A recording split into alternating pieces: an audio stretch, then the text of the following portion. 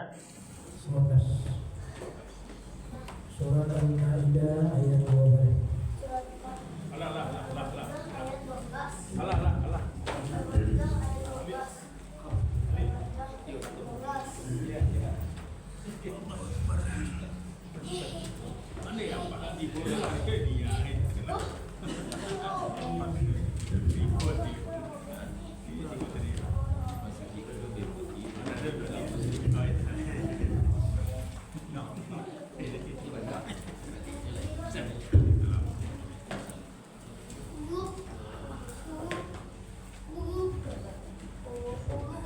تقبل الله منا ومنكم تقبل يا كريم.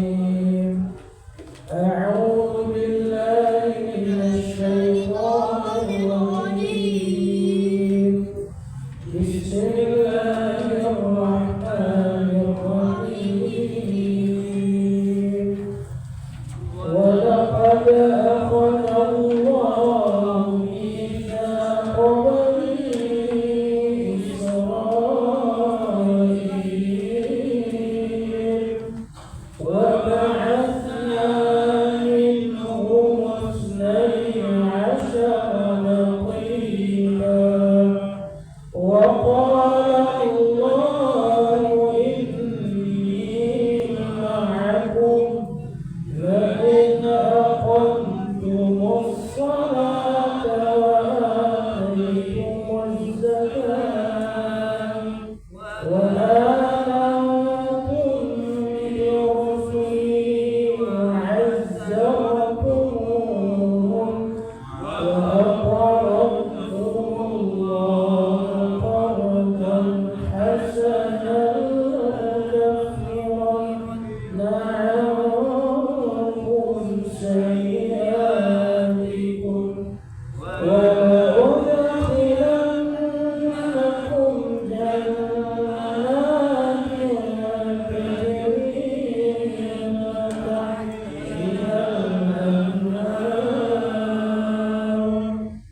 فمن كفر بعد ذلك منكم فقد ضل سواء السبيل.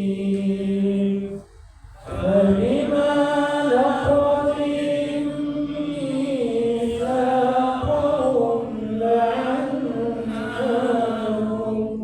وجعلنا قلوبهم قاسية يحرفون الكلم عن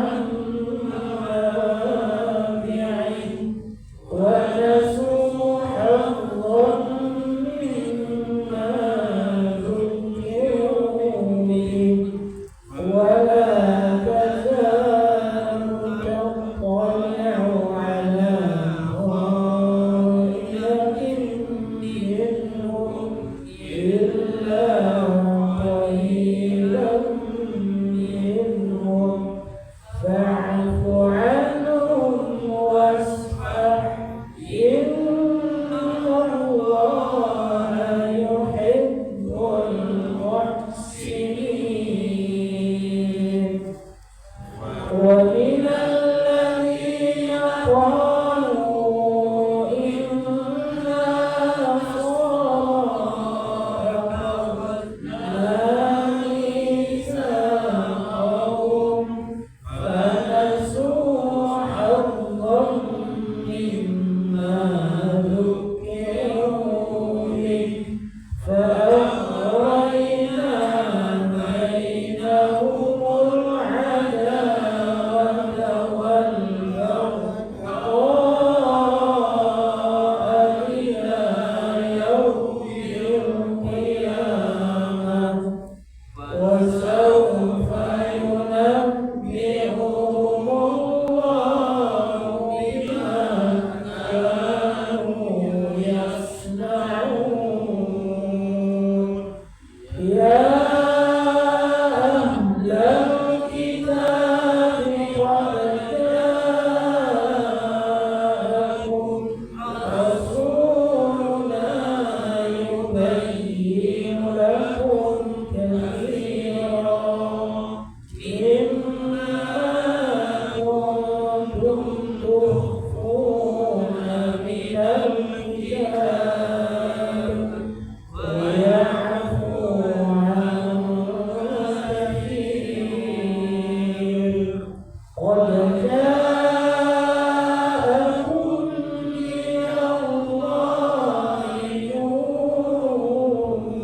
وكتاب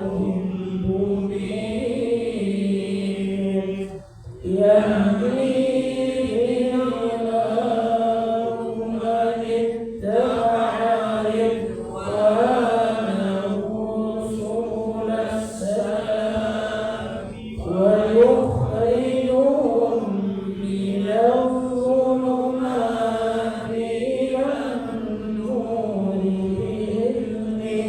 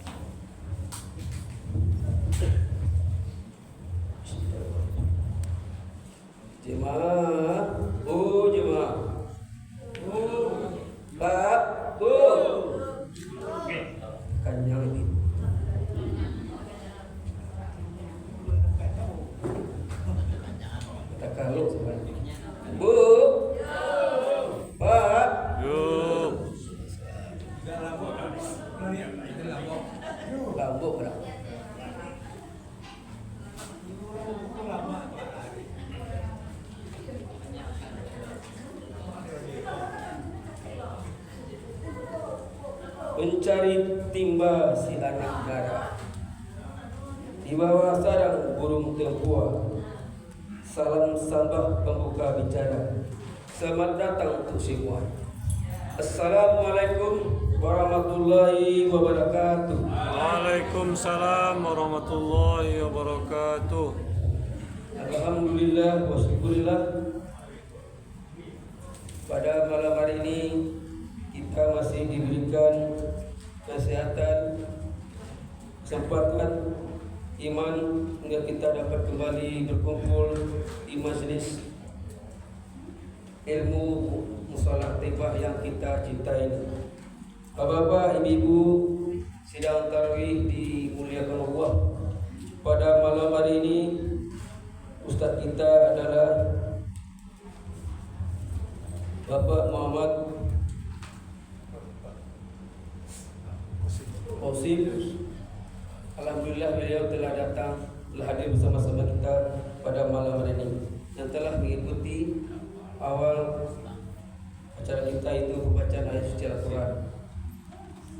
Dan itu marilah kita minta saja kepada beliau untuk berikan kajian pada malam ini. Kepada Ustaz Dr. Muhammad Qasim, kami persilakan.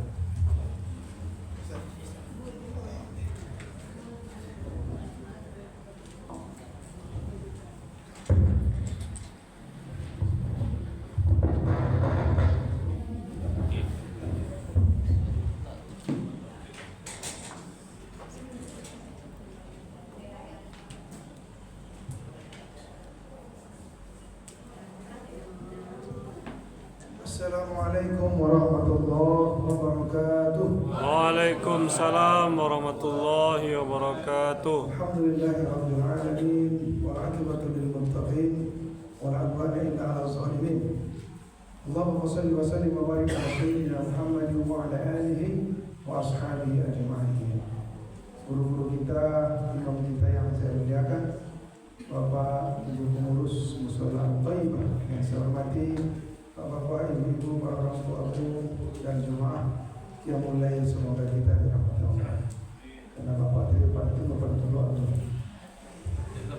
Iya. Kupiah bukan sembarang kupiah. Kupiah dipakai berasal dari Mekah. Sudah bertahun-tahun Ustaz bertausiah, baru kali ini dimulai dengan baca Quran berjamaah. Ya, saya mudah-mudahan semuanya mendapat berkah. Baik Bapak Ibu, judul tausiah kita seperti yang saya janjikan dengan pengurus ketika awal-awal komunikasi, mendidik anak soleh. Setiap kita pasti menginginkan anak soleh. Jangankan kita manusia biasa, Nabi Ibrahim sendiri bermohon kepada Allah, bermunajat, Rabbi habli minas soleh. Ya Allah, anugerahkan aku anak yang soleh. Dan usia beliau sudah cukup tua ketika itu, dan atas juga mendapatkan anak. Tapi yang dia minta itu memang anak yang soleh, bukan anak yang salah. Nah, siapa yang bertanggung jawab untuk mendidik anak soleh itu? Orang tua. A'udzubillahi minasyaitonir rajim. Ya ayyuhalladzina amanu qu anfusakum wa ahlikum nar. Hai orang beriman, peliharalah dirimu dulu, baru keluargamu dari siksa api neraka. Keluarga yang dimaksud siapa itu? Ya keluarga inti, anak, istri, ya kan? Kemudian lebih besar lagi keponakan, keluarga besar. Ya seperti spiral lah ya. Kita bertanggung jawab. Kalau sempat anak kita itu tak lagi bisa dididik, tidak satu akidah, seperti Nabi Nuh alaihissalam, ya kan? Anak itu kan durhaka, sampai kata Allah Subhanahu Wa Taala, innahu laisa min ahlika. Anak kau itu bukan lagi keluargamu. Jadi ternyata keluarga itu ya seakidah, itu utama dulu. Yang walaupun hubungan darah tapi tak seikidah, kata Allah, itu tak lagi keluarga. Begitulah dalam Islam itu. Pertanyaannya adalah, baca rohnya, gimana caranya supaya kita bisa melahirkan anak yang soleh itu? Sejak kapan kita sebenarnya mengusahakan supaya lahir terwujud anak soleh itu? Sejak kapan Bapak Ibu? Belum mulai. lewat penuan. Kata Pak sejak mencari jodoh. Dalam beberapa kitab pendidikan seperti Abdullah Nasir Ulwan, At-Tarbiyatul Awlad fil Islam, atau Ibnu Qayyim Jauziyah, atau ada lagi Muhammad Suhaib, sudah banyak terjemahan yang bisa dibaca. Ini panjang kajiannya sebenarnya, karena Nasir Ulwan itu 2 jilid bukunya itu, cukup panjang. Kita ringkas, paling tidak 3 tahapan besar, 3 tahapan besar konsep pendidikan itu. Ada namanya qablan nikah, ada namanya qablal wiladah, dan yang ketiga ba'dal wiladah. Qablan nikah disebut dengan prakonsepsi, sebelum menikah. Ba'dal wiladah, qablal wiladah, sebelum melahirkan, pranatal. Ba'dal wiladah, sesudah melahirkan, pasca natal. Jadi betul Pak, yang pertama itu untuk menyiapkan anak-anak yang soleh itu dimulai dari pranikah. Qablan nikah, sebelum menikah, dimulai dari proses pencarian jodoh. Karena kalau sudah mengandung dimulai, sudah lewat 1 tahapan. Mengandung ibu-ibu, dapat suami yang tidak sholat 1 tahun, ya kan, zalim pula, sering marah-marah, KDRT, tidak selamat itu jadi. Rusak psikologis ibu, rusak jadi. Atau suaminya taat, tapi ibu yang mengandung itu juga orang yang tak beres, yang tak tahu sholat, yang tak pernah tersentuh air wudhu, itu juga tak akan selamat. Sulit mendidik anak itu. Maka prosesnya sejak kapan? Sejak sebelum menikah, yaitu proses pencarian jodoh. Itu yang pertama. Jadi yang bapak-bapak, ibu-ibu yang sudah punya jodoh, itu aja yang dibina. Jangan kau berubah kemana kan? Tak aja nih. Karena kemarin tak pertimbangkan dulu. Yang ada dibina. Tapi yang untuk anak-anak kita, anak gadis kita, anak bujang awak, ayo kita bina mereka, tuntun mereka untuk menemukan jodoh yang baik. Laki-laki yang baik untuk perempuan yang baik, pezina untuk pezina, kata keluarga. Maka kita didik pula anak kita itu jadi orang baik, supaya dia insya Allah dapat jodoh yang baik. Kata Nabi, tungkaul mar'ah li arba'in. Biasanya laki-laki itu kalau menikahi perempuan itu karena 4 alasan, 4 pertimbangan. 5 liha karena hartanya. Harta itu pertama apa itu? Rancak itu bisa dipoles kan?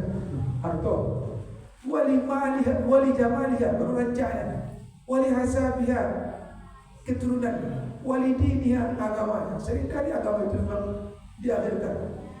Tapi perintah Nabi bukan keempat-empatnya, bukan karena hartanya. Fasbar bizatiddin, taribat jadaka. Kau pilihlah karena agamanya, maka engkau akan diberkahi, maka engkau akan beruntung.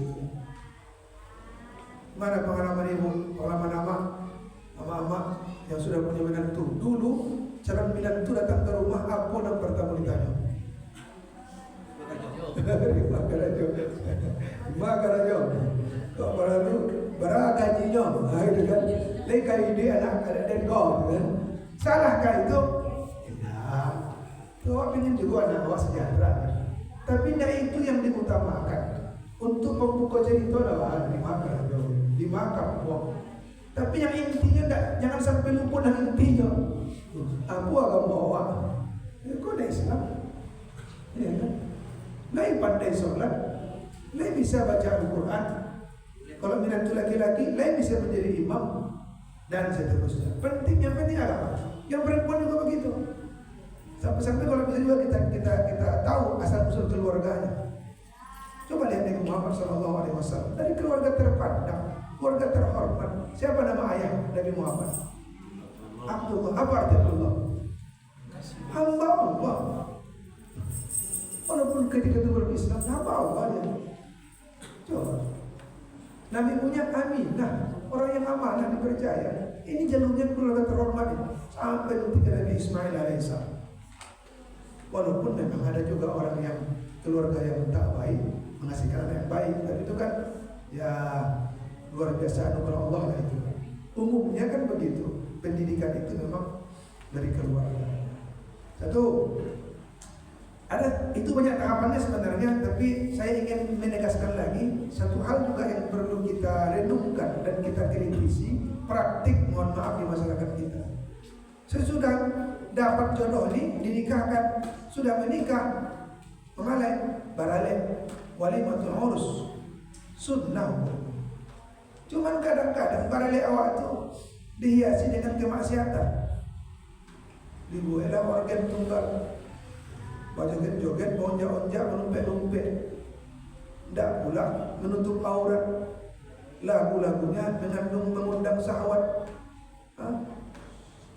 Marah pula nak darah, tidak solat. Karena sudah kontrak, kadang kontrak sekali berbadak. Beko solat, beko luntur badak. Zuhur tidak, solat asar tinggal. Gimana itu kira-kira? Apa tujuan para lelaki itu Bapak Ibu? Pertama, mengaget orang banyak. Yang kedua, diundangkan tuh mohon doa restu supaya jadi keluarga sakinah, mawaddah, warahmah, gitu kan? Dan melahirkan anak cucu yang soleh-solehah, gitu. Tapi ternyata dilakukan kemaksiatan. Surat saja tidak. Ini mengumumkan, mempublikasikan pernikahan yang sesuai dengan syariat atau mempublikasikan kemaksiatan. Coba kita renungkan bersama. Mereka mungkin Allah ijabah doa tuh kalau acara para lelaki dihiasi dengan kemaksiatan, apalagi dengan minuman khamar. Ada yang minum narkoba bagai. Ya mudah-mudahan di Kota Padang tidak begitu parah, tapi di beberapa kampung kita tahu lah ya. Saya juga di kampung saya dulu ketika saya masih kecil-kecil, wah luar biasa. Sampai ada yang meninggal itu di 30 kena para mabuk. Nauzubillah min dzalik. Nah, dan sudah kalau ada yang seperti itu bertobat awal. Tobat awal, minta ke Allah Taala supaya tak ada dampak negatif anak tertutup. Yang kemuka ke depan hari tolong yang walimah itu, barale itu janganlah melanggar syariat.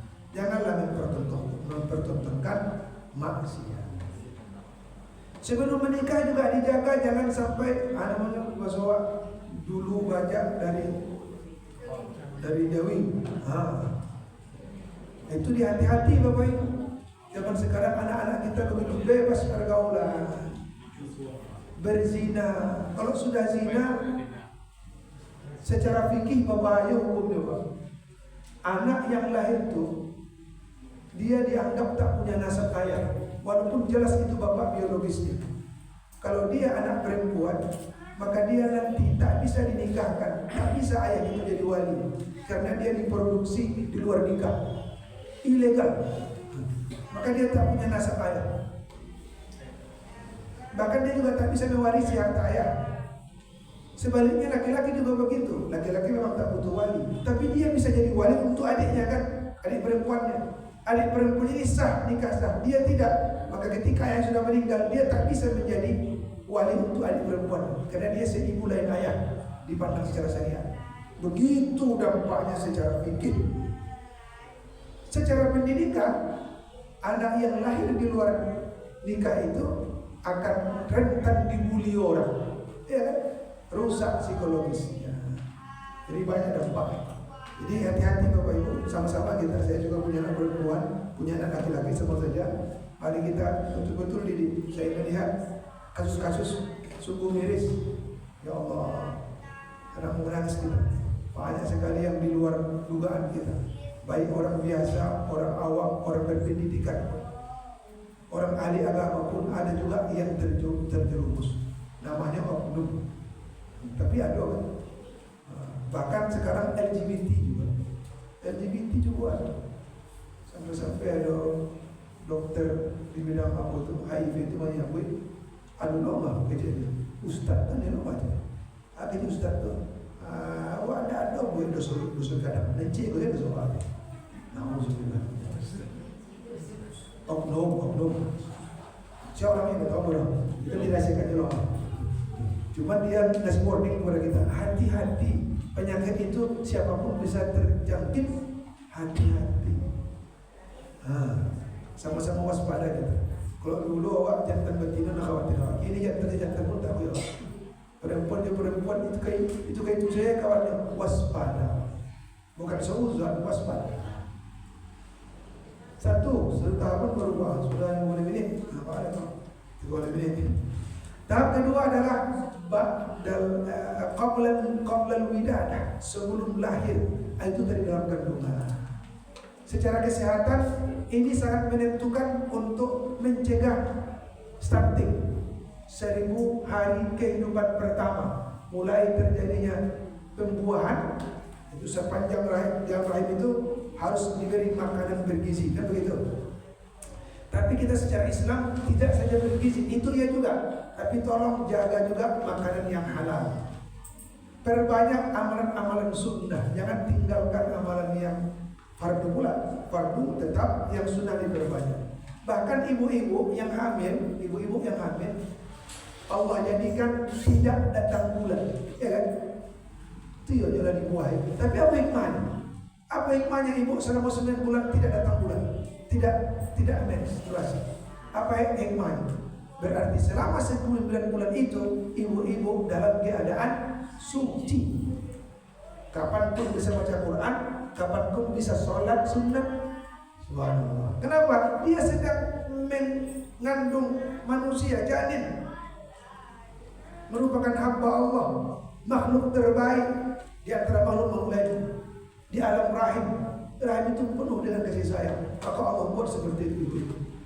Dan katanya, kata ibu-ibu ini, saya juga ibu di rumah bilang, ternyata psikologis ibu-ibu yang sedang mengandung itu kan tidak selamanya stabil, ya kan? Nah, kalau dia tak stabil, stres, depresi, berpengaruh ke anak, ke janinnya. Maka untuk menenangkan itu, itulah tadi. Dia suci, dia sholat, dia berzikir, dia baca Quran, supaya jiwanya tenang, anaknya pun tenang. Maka suami pun jangan berang-berang, penuh kasih sayang lah dengan istri. Itu poin penting selama dalam rahim itu, mengandung itu. Makanan yang halal, makanan bergizi yang halal, tingkatkan amal iman. Yang tahapan ketiga adalah begitu lahir, ba'dal wiladah namanya. Ini panjang sekali. Yang pertama yang diajarkan apa Bapak Ibu? Azankan. Sebelum mengajarkan ilmu-ilmu lain, ilmu tauhid dulu. Allah Akbar, enak. Allah tu nak gadang, amjad gadang-gadangan. Kok gadang besok? Surah la ilaha illallah, Allah itu Tuhan. Surah Muhammad Rasulullah, Muhammad itu Tuhan Allah. Hayya 'alas shalah, beribadah kau nak. Kunci ibadah itu salat. Bapak Ibu, salat penting sekali anak-anak disuruh salat. 7 tahun anakku suruh salat, 10 tahun kalau tak salat juga dipukul. Tapi ingat Bapak Ibu, 3 tahun awak mendidik anakku elok-elok, dipujuk-pujuk, disayang-sayang 3 tahun. Berapa lama 3 tahun itu? Berapa hari itu? 365 hari kali 3, 1095 hari. Berapa kali itu salatnya? 5 kali 1095, 5475 kali anak itu dipujuk-pujuk, disayang-sayang, diumbuk-umbuk sampai salat. Tak mau juga lagi 2000 kali, pantas dipukul. Begitu maknanya. Jangan bilang Islam itu keras, bukan begitu. Pemahamannya harus dibenarkan ini. 3 tahun jadi waktu. Mereka mungkin anak itu tak mau sholat. Tapi kalau cuma 3 tahun dididik, tapi cuma Idul Fitri Adha, itu tak mau. Atau dididik cuma hari Minggu didikan subuh, anak mau. Rutin selama 3 tahun itu. Maka tadi diseru anak, hayya 'alas shalah, beribadah qona. Ibadah itu utamanya sholat. Hayya 'alal falah, jadi pemenang qona, jangan jadi pecundang. Berprestasi qona. Kalau sudah berprestasi hebat kau nak, Allahu Akbar, Allah nama gadang. Jangan kegadang-gadangan. La ilaha illallah sampai mati nak pacik kalimat la ilaha illallah. Luar biasa maknanya. Maka sebaiknya ayah yang mengazankan, diazankannya hadir hatinya menanamkan itu kasih anak. Apakah anak itu sudah mengerti? Belum memang. Tapi pendengarnya sudah aktif. Tapi ingat, Allah sudah meniupkan di ruhnya dulu, kita dulu sudah bertauhid pada Allah. Maka diazankan untuk merekam kembali, menanamkan kembali perjanjian itu. Sudah diazankan di apa lagi? 7 hari dia diakikahkan. Bagi mampu, yang perempuan 1 ekor, laki-laki 2 ekor, ditabalkan namanya, beri nama yang baik, cukur rambutnya semuanya, kata Ibnu Qayyim, semuanya rambutnya dibotak, rambut itu ditimbang, diganti dengan perak sebesar rambut itu, disedekahkan ke orang. ulama yang lain mengatakan boleh yang mampu seberat emas itu seberat orang. Supaya apa itu? Supaya pikiran itu elok, tidak semua pikiran itu. Supaya petri disembelih akikah, supaya dia punya sosial yang baik, ditahnikkan dia, dikunyah-kunyahkan kurma, gosok-gosokkan ke langit-langitnya. Supaya apa itu? Saraf-sarafnya aktif. Tapi hikmahnya apa? Supaya dia nanti berbicara yang manis-manis, tidak menyakiti hati orang. Luar biasa ajaran Islam. Kadang-kadang orang kan tahu amalkan, coba diamalkan telepon. Yang masih punya, yang kawan anak, gitu kan? Atau kalau bapak ibu sudah senior, yang punya cucu nanti diarahkan ke situ. Balik itu baju kita balik. Bagaimana Rasulullah mengatakan? Terakhir, yang tak kalah pentingnya, tolong selama dia itu kita asuh anak itu, jangan sekali-kali memberi makanan haram. Kalau saya bawa ke anak istri bapak, beri dia makanan bergizi supaya bagus badannya sehat. Tapi juga tolong berikan makanan yang halal supaya rohaninya sehat. Makanan bergizi tapi cara memperolehnya dengan haram, hasil korupsi, menipu orang, menipu orang, itu sama dengan meracuni rohani si anak. Iya sehat badannya, tapi payah dididik untuk beribadah. Kenapa? Karena dia memakan makanan yang haram, tumbuh di badan itu makanan haram. Quran surah Al-Baqarah ayat 233 menceritakan ibu-ibu harus menyusui anaknya. Lalu Buya Hamka ketika menafsirkan itu dalam kisah kitab dalam tafsir Al-Azhar menceritakan kisah seorang laki-laki yang bernama Muhammad Al-Juwaini. Dia punya bayi, anaknya bernama Abdul Malik. Ketika bayi dia berpesan kepada istrinya, Adinda, jangan kau susukan anak kita ini kepada orang yang tadi kita katakan kepada Allah. Iya bang, iya dah. Ternyata suatu ketika istri itu sakit, kemudian anak itu menangis tak bisa menyusui. Adalah ibu-ibu yang lain yang menyusui, nampaknya menangis. Kenapa menangis? Dia haus menyusui. Sini susukan ibu. Pas susukannya pulang Al-Juwaini, nampaknya anak susukan orang merah pada wajahnya, direbutnya anak itu. Lapai itu takut itu kan, ditonggengkannya anak itu. Kecik uyangkan masuk ditonggengkannya anak itu, dikoreknya mulutnya, dimuntahkannya yang susu ini. Lebih baik nak kau mati sekarang ketimbang kau besar nanti orang yang maksiat kepada Allah karena kau memakan sesuatu yang tak jelas kehalalan. Kau dikaji-kaji kan dah haram gitu kan.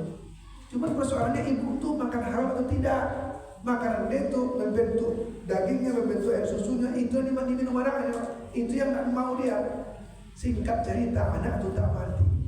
Anak itu tetap tumbuh berkembang, bahkan menjadi ulama besar. Dikenal dengan Imam Al-Haramain Abdul Malik Al-Juwaini. Nanti bisa dilihat di Google, tengok di Wikipedia profil Imam Al-Haramain Al-Juwaini. Dia adalah guru besar di madrasah Nizamiyah Naisabur, Irak. Salah satu murid dia adalah Imam Al-Ghazali. Anak ketiga dari itu murid Al-Ghazali. Ketika dia mengajar, kadang-kadang dia berang-berang, tak bisa memenangkan amarahnya, tak bisa mengendalikan marahnya. Sesudah itu dia pun menyesal. Dulu dia baca itu kepada anaknya, mungkin dia tidak mampu mengendalikan marahku karena ada sisa-sisa air susu yang tak sempat memuntahkan saat ayahku digoreng dulu. Diceritakan masuk kecil itu. Subhanallah. Itu pengakuan ulama besar. Bagaimana kalau kita memberi makanan yang jelas? Tadi kan tidak jelas haramnya itu kan, hanya dilakukan. Bagaimana kalau makan haram? Maka sulitlah anak itu dibentuk karakter. Nah, ini kejadian penting. Akan tetapi Bapak Ibu, semuanya adalah anugerah Allah. Kita hanya bisa berikhtiar Bapak Ibu. Tak mampu kita kira-kira minta tolong sama guru, sekolahkan ke sekolah agama. Gitu kan? Kalau rasa-rasa Bapak Ibu kuat mendidik agama di rumah, silakan masuk sekolah umum. Kalau tidak talok rasanya ke pesantren, ke madrasah. Tapi semuanya Allah yang menentukan. Maka kunci terakhir adalah berdoa ke Allah, minta ke Allah. Karena kadang-kadang anak itu juga ujian kan. Ramadan ini adalah kesempatan bagi kita di mana doa-doa dikabulkan dan orang tua juga, ayah ibu dikabulkan doanya, orang puasa dikabulkan doanya.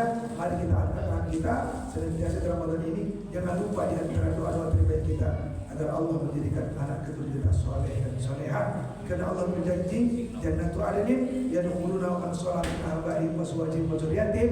Kelak di surga adnin berkumpullah keluarga itu, ayah, ibu, nenek moyangnya, suami istri, anak keturunannya. Syaratnya mereka menjadi orang-orang yang soleh. Banyak maaf bila taufiq wal hidayah. Assalamualaikum warahmatullahi wabarakatuh. Waalaikumsalam warahmatullahi wabarakatuh.